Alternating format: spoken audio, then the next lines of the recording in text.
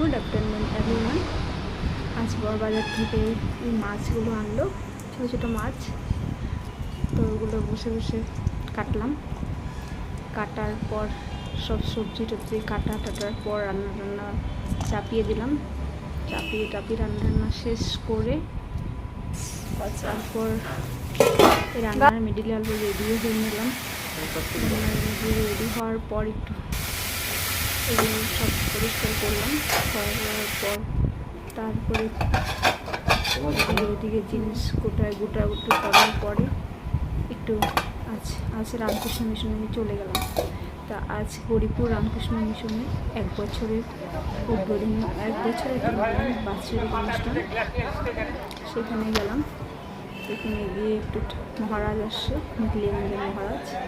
সেই নিখিলেন্দ্র মহারাজের একটু কথা শুনে তারপর ওখানে প্রসাদ নিয়ে বাড়ি ফিরে